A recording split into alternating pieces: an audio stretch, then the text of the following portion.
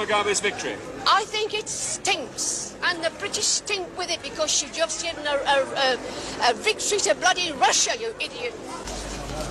I feel sick.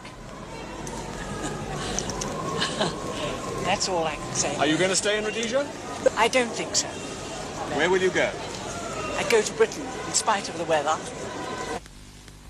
A little worried. I'm hopeful that this will sort of stop the war. If it stops the war, then I'd live under any conditions, quite honestly. The war has been dreadful. I lost my husband. I have 3 children to support. I am worried because if he should nationalise, as has been said, I stand to lose everything.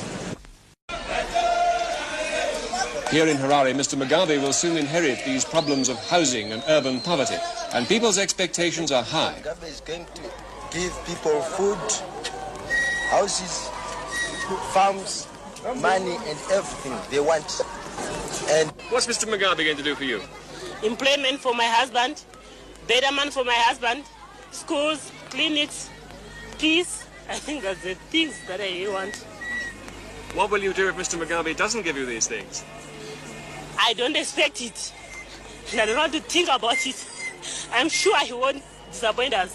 I'm sure of it. Thank you. Thank you. We want a good and free country to live. And what else? Jobs, good houses, better pay, and things like that. Do you think Mr. Mugabe... I'm very happy about the victory of Mr. Mugabe, and I'm expecting big changes, such as people in the squatters will be removed to good houses. In the jobs, we'll be having equal jobs, equal money, and everything like that. There will be no racial discrimination between people. How will you feel if Mr. Mugabe fails to bring these changes? Well, that will leave it to the people. Within an hour of the news breaking this morning, Mr. Mugabe's supporters were pouring into the city centre. It wasn't a sight this smart and mainly European business section had seen before.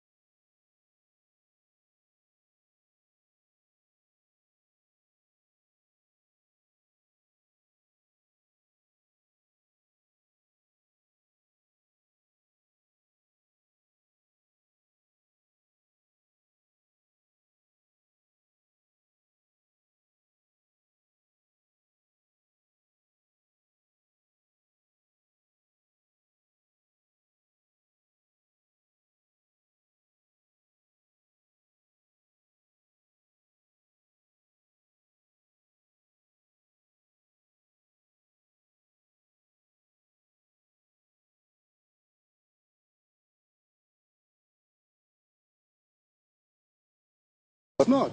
The point I was trying to make, sir, though, was that would not the Africans develop better economically if the white man continues to stay here and hold economic power? Who says the white man must go? We are saying, we're not looking at people as white.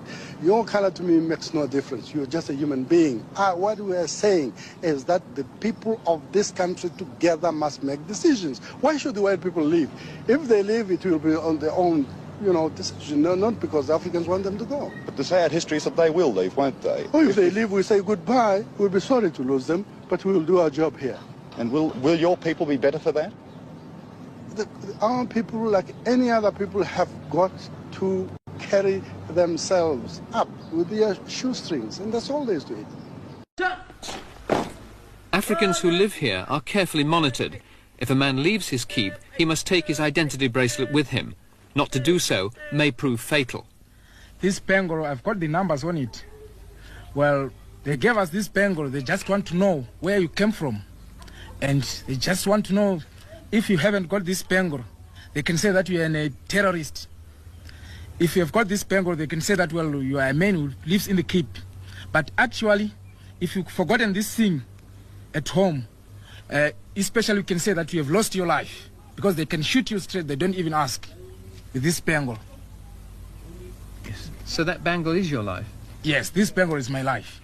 This keep is not a churral. Many whites in Umtali have decided that the end is nigh. Rhodesia finished. The Ellises are off to Blackpool. Had anyone told me 2 years ago that I would have been sitting here in virtually an empty house with these packing cases behind me, I'd have said never ever. I wouldn't have thought that this would have taken place in Rhodesia. I'm sorry. And hence the reason for us making our departure. We didn't think that things would go the way they have done, or that things would deteriorate in the manner they have. We were quite happy to remain in this country. We've been here 27 years. My whole life was here. I've had 27 very, very happy years indeed. As you can see, the beautiful surroundings we live in, the standard of living we've enjoyed also. And, well, it's rather heartbreaking to have to give it all up. He was several times arrested. By now, he was calling for rule by an African majority. He said he would negotiate with the British, but not with the Rhodesian white majority. He denounced them as cowboys, and he was arrested for that. In 1964, the government cracked down on the whole black nationalist movement. This time, Mugabe was detained without trial for 10 years. He used his time in jail to teach and to study, passing 3 law exams. On his release, he slipped across the border to Mozambique, where the new Marxist Frelimo government gave him refuge. There he founded his own Zimbabwe African National Liberation Army, ZANLA. Many of his old comrades, some of them former fellow prisoners, joined him. The Central Committee, the High Command, the General Staff, Zimbabwe. In this part of Salisbury, living conditions are somewhat more luxurious. Here, the living rooms are built on a grander scale, and there's a bedroom each for the children. These are the homes of the white families in Salisbury, and it's not hard to find areas where the houses are even grander and the gardens even bigger. On average, the head of the household here would earn over $200 a week. This isn't a white ghetto. There are plenty of blacks who live here too, but they don't own the houses. They do the gardening and the household chores, and on average, they earn about $30 a month, plus free board and lodging. These are the simple economic facts of life in Rhodesia.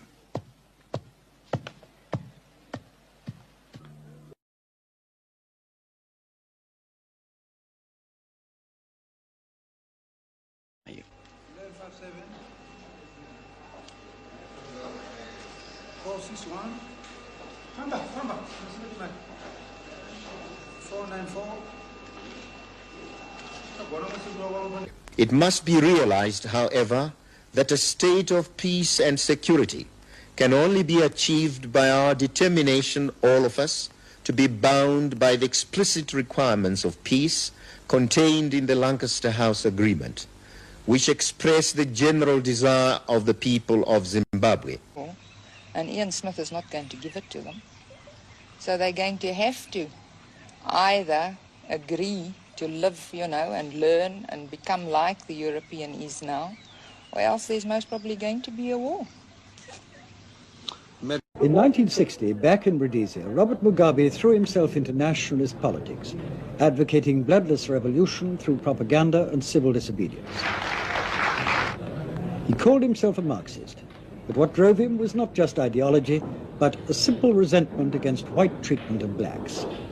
The revulsion, I think, started through the stories that our parents used to narrate to us, how the white man came to the country, how he grabbed the land, and in a society where you have a class whose main purpose and accepted privilege is to exploit others, you naturally get revulsed if the majority of people are being oppressed, being exploited.